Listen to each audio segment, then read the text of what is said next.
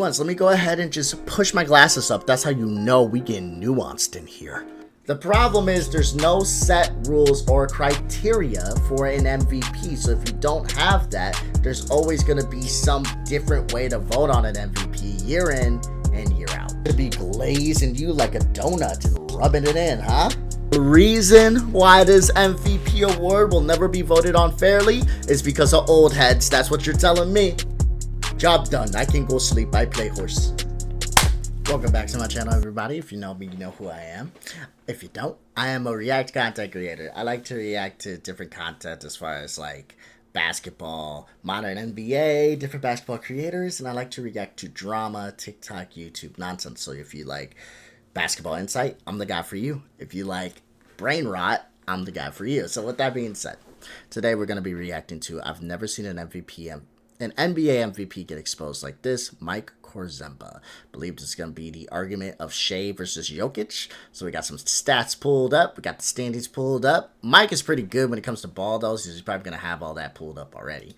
But with that being said, let's pop off.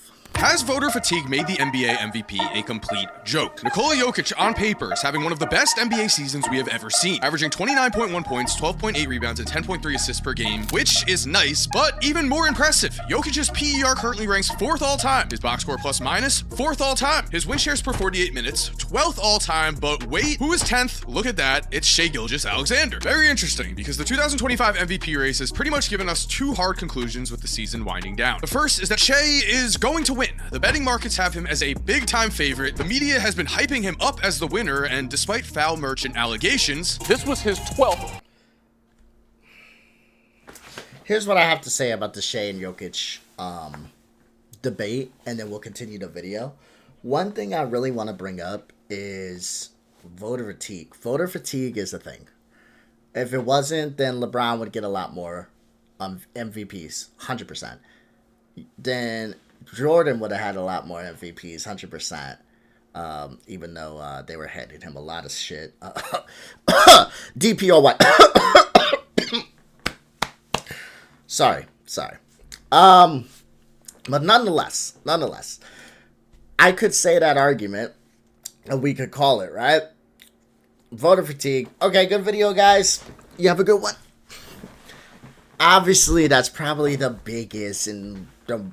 biggest culprit of this entire thing, but we can get nuanced with it. So let's go ahead and get nuanced. Let me go ahead and just push my glasses up. That's how you know we get nuanced in here. I think when it comes to Shai and Jokic, one thing I want to look at is when you take the players off the floor, how do the teams perform without them, right? OKC is a really good team. OKC is extremely well. Have been playing extremely well. And when you look at the Nuggets, I'm sorry, Jokic is the system. It is Jokic. Like, I understand that the Nuggets have lost against the Wizards. And the Nuggets have been looking like they've been on a decline.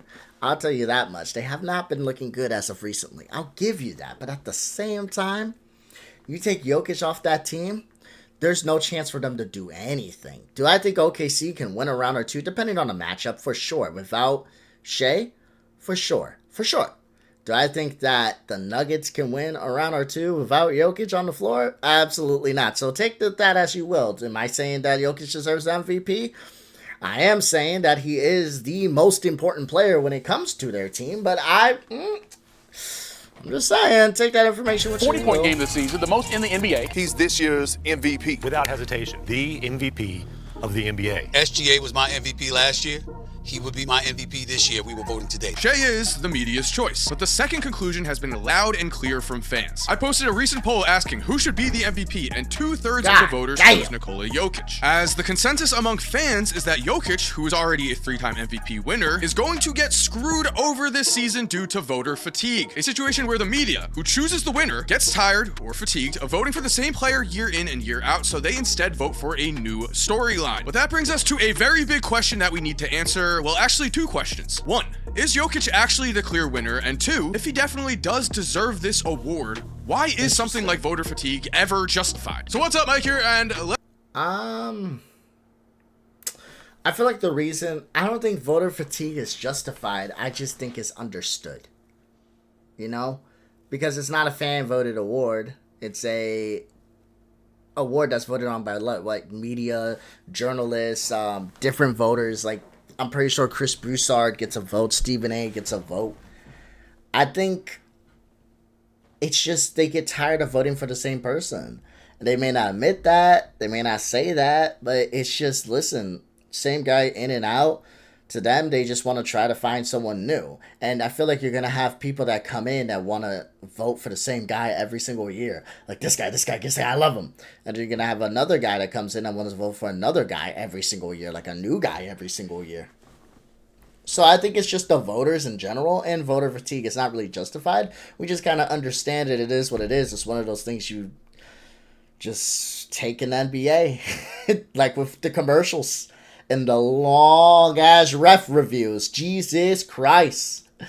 Seems like the ref need a day and a half to figure out what just happened, that I can see what happened.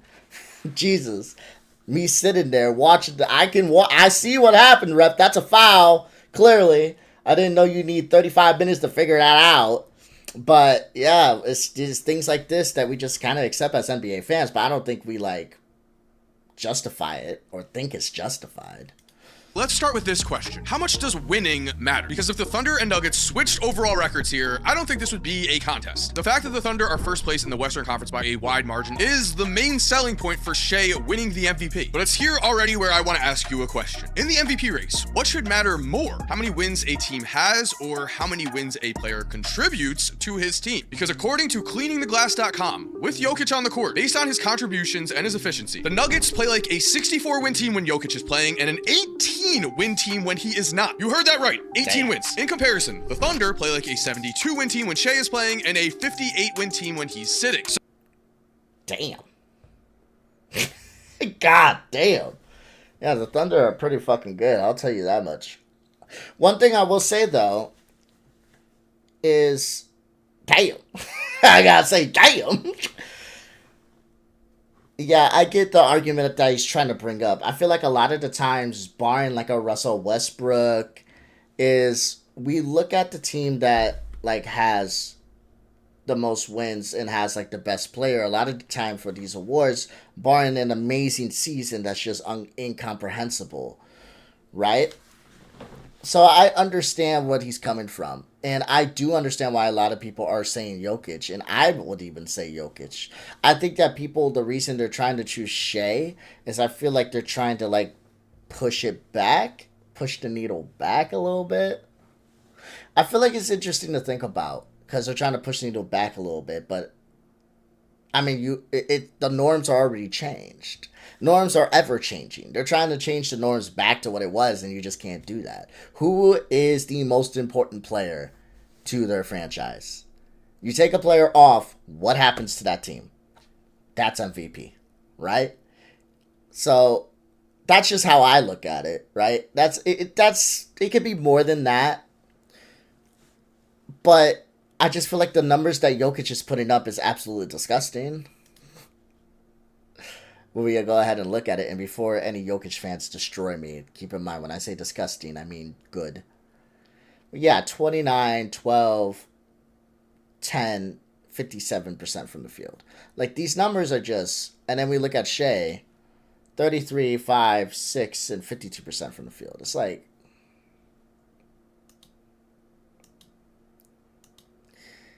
I'm going to be honest with you, dog. I mean... If we're going off of numbers, I'm taking Jokic. I understand that the wins are different, but we just saw with when we have the player on the court, the team plays like a 72-win team, off the court 58. When we have Jokic's team play without Jokic, they play like a 14-win team.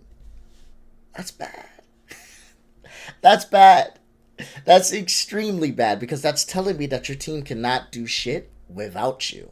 So I just feel like Jokic kind of deserves the MVP, but let's keep going.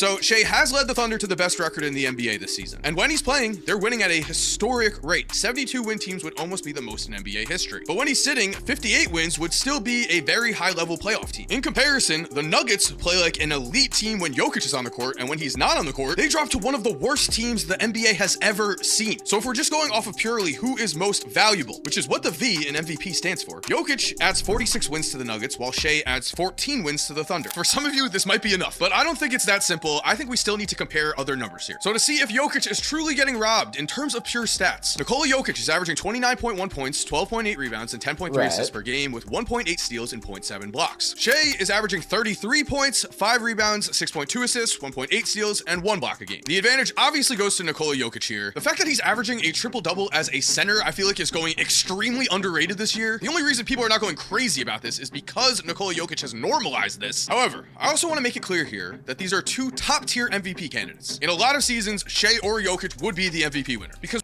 it's kind of when your greatness kind of gets overshadowed because you set the bar so high.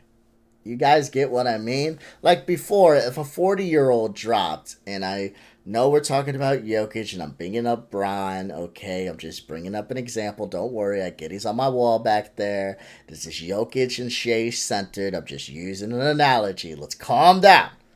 Let's calm down.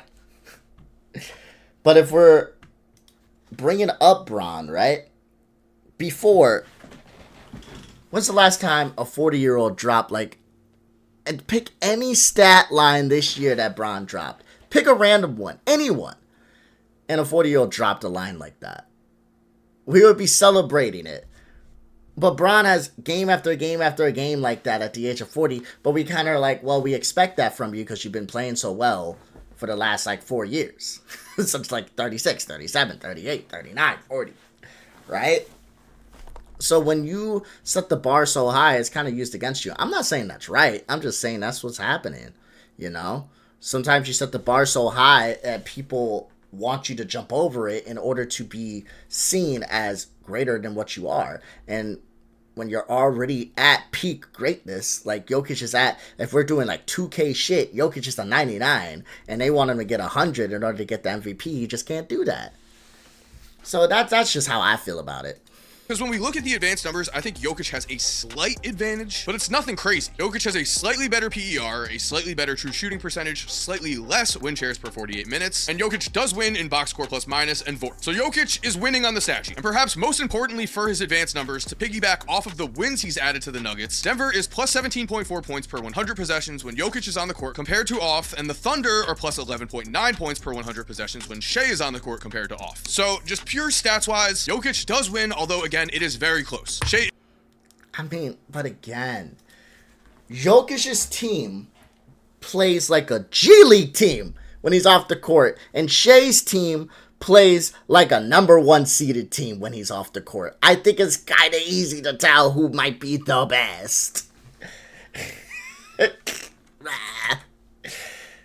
I'm just saying, as far as like who's more valuable, I don't know. Keep in mind, this is from a person who likes LeBron. Keep in mind, this is from a Laker fan. Keep in mind, this is from someone that wants the Lakers to beat the Nuggets.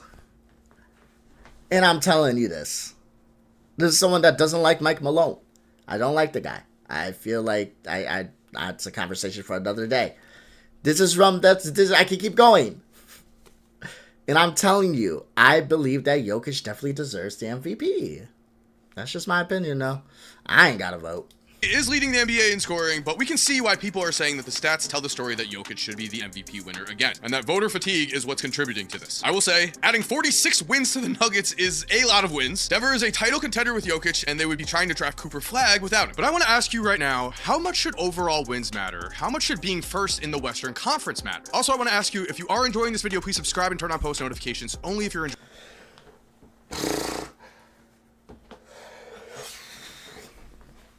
I feel like wins should matter to a degree. That's my true feeling on it. I think if your team is great and you're putting up great numbers, that should be considered. And if your team is ass and you're putting up great numbers, even though you are great, the greatness is not equaling out to wins. whether you're on or off the court. So I do think wins should matter to a degree. I just need to, how far apart are the wins? Where exactly are they seated? And how well are they performing with or without the player? I feel like it needs to be nuanced. But I think that's the problem when it comes to these MVP conversations. It's never really nuanced. It's voter fatigue, is who do we feel like is winning the most this year? And I feel like it just switches on a dime year after year after year, and it's going to be that way for a long time. And I think that's the problem. The problem is there's no set rules or criteria for an MVP. So if you don't have that, there's always going to be some different way to vote on an MVP year in and year out. So until we get like a set rule. Oh shit. Did I just rewind by accident? I'll fix that. Until we get like a set rule, it's gonna be tough to really stick to a criteria. But here, where was he at? Right here.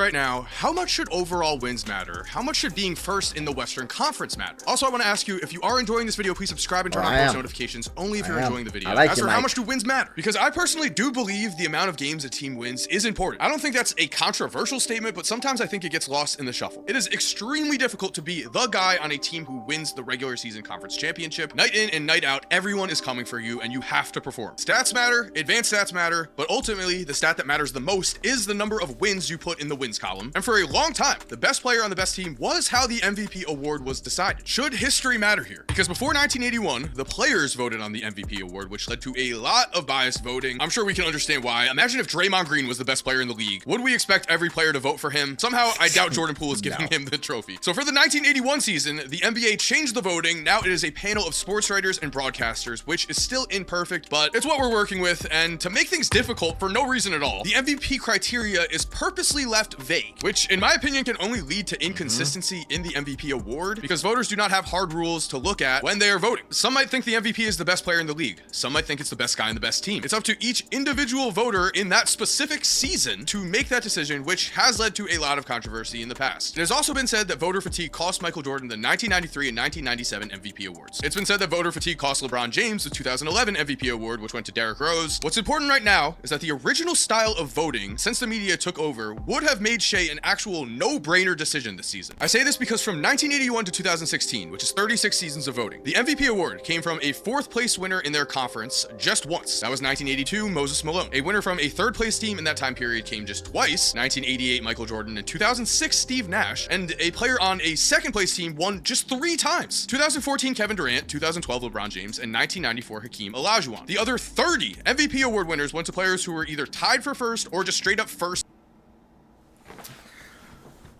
So we got 6 Nuggets, 6 Thunder. This is when Westbrook had that triple-double season. Wow.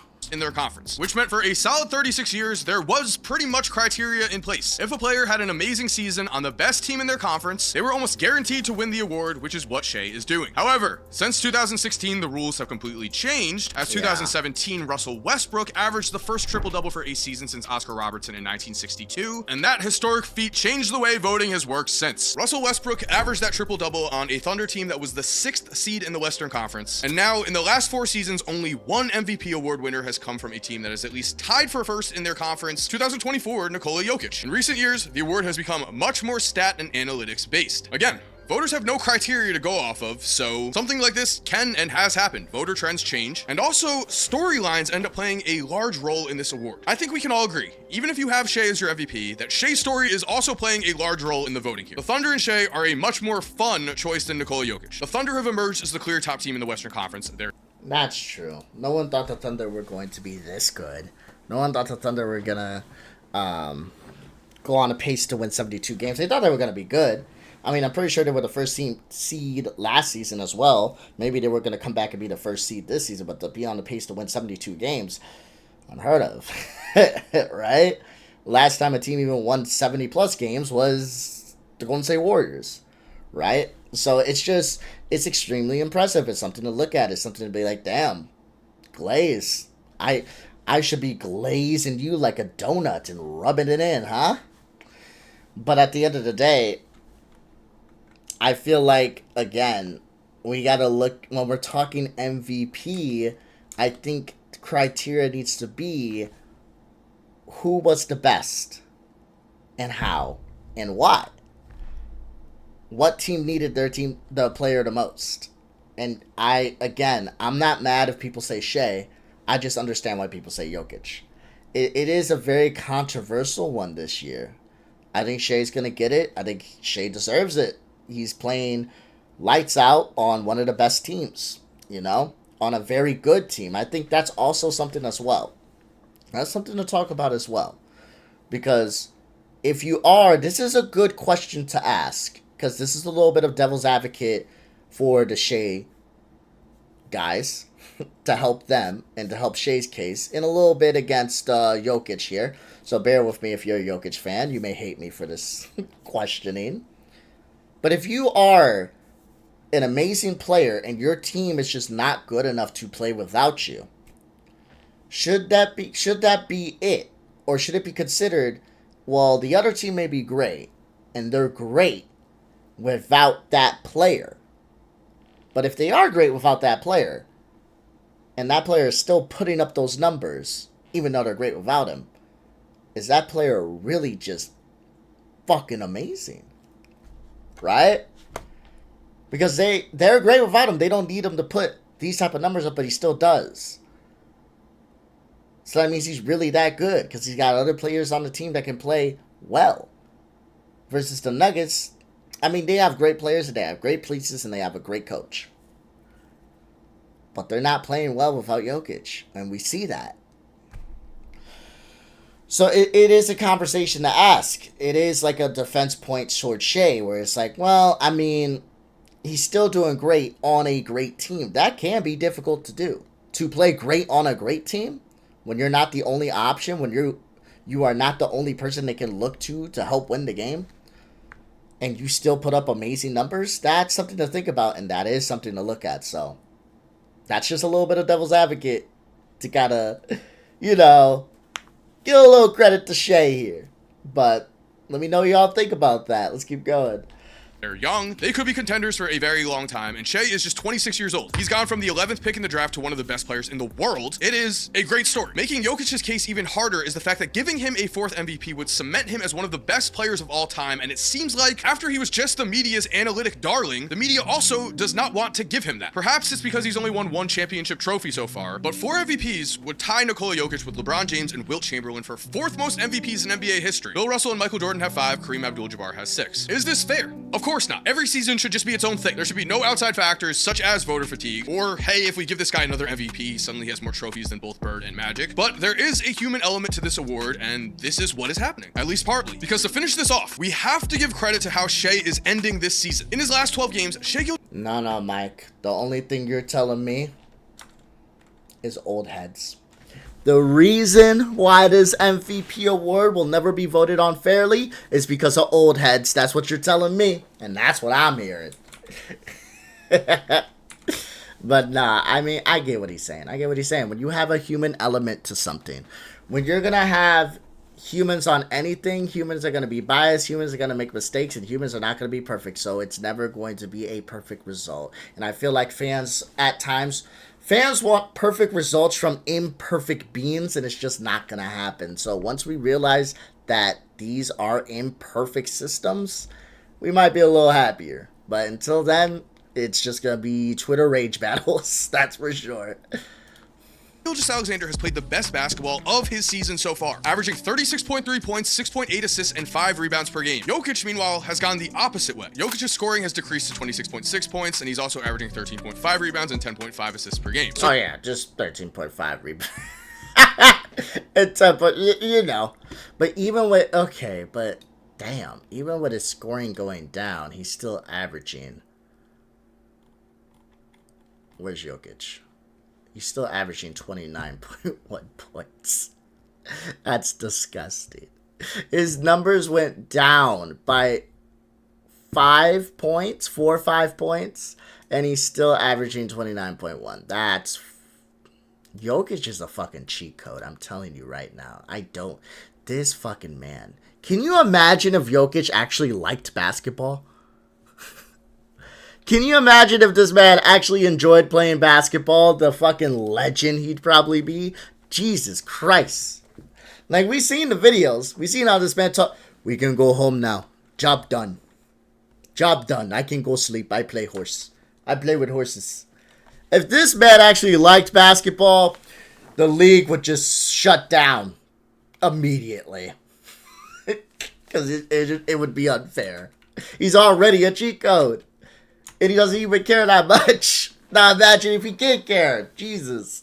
So 12 games ago, I would have said this was a no-brainer. I would have said for sure Nikola Jokić deserves this award. For sure, the media is getting this wrong. But Shai, even playing for a team that has a nice cushion in the Western Conference, has not let up at all. He is playing incredible. And after this 12-game stretch, I no longer think this is a robbery type situation. I think we have two guys who deserve to win the NBA MVP, and we just have one trophy to give. If I was casting a vote, I still would pick Jokić because of the stat that says the Nuggets would be an 18-win team without him. That is just absolutely absurd. But after these final 12 games, if you're picking Shai, I can understand. I do want to know, what do you think about the MVP race down below in the comments? And thank you for watching. I hope you enjoyed today's video. If you are new to the channel, make sure to subscribe and turn on post notifications. Only if you like the video. If not, well, you know.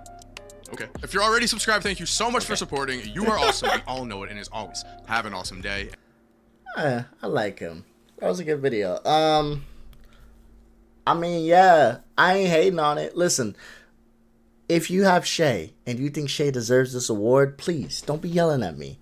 I get it. I understand it, and I ain't mad about it. I understand his numbers. I understand how well the Thunder have been playing this year. They're blowing the fuck out of teams. They're not just beating them. They're putting boots to ass night in and night out. Good team, bad team, great team, kicking their ass. I get all that.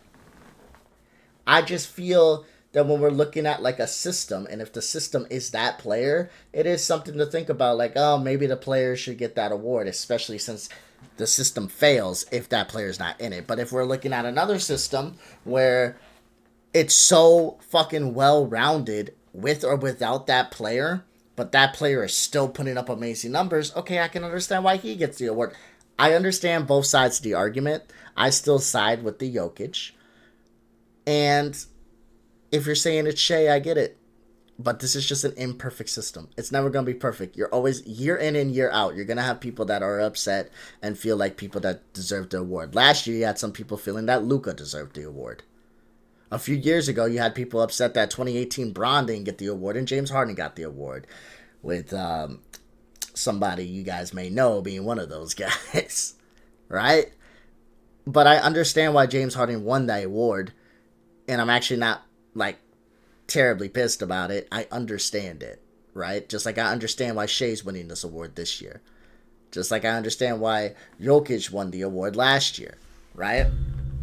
So we just have to look at the full picture and understand that there's always going to be a fight for two, and sometimes our guy is just not going to win. It's like a boxing match. You're going to root for two great boxers are going to step in, but only one can step out, and sometimes your guy is just not going to take the match, and it may be in a decision, and you may not agree with that decision, but it happens. It just happens. So that was a good video. I hope you guys liked the content. If you like me, if you like my beautiful face, if you like the shit I talk about, please like, comment, subscribe. Let me know if there's anything you want me to talk about. Let me know if there's anything you want me to do. I make basketball content like this all the time. I make TikTok drama, YouTube nonsense content like that all the time. So I hope you guys like that. We're blowing up.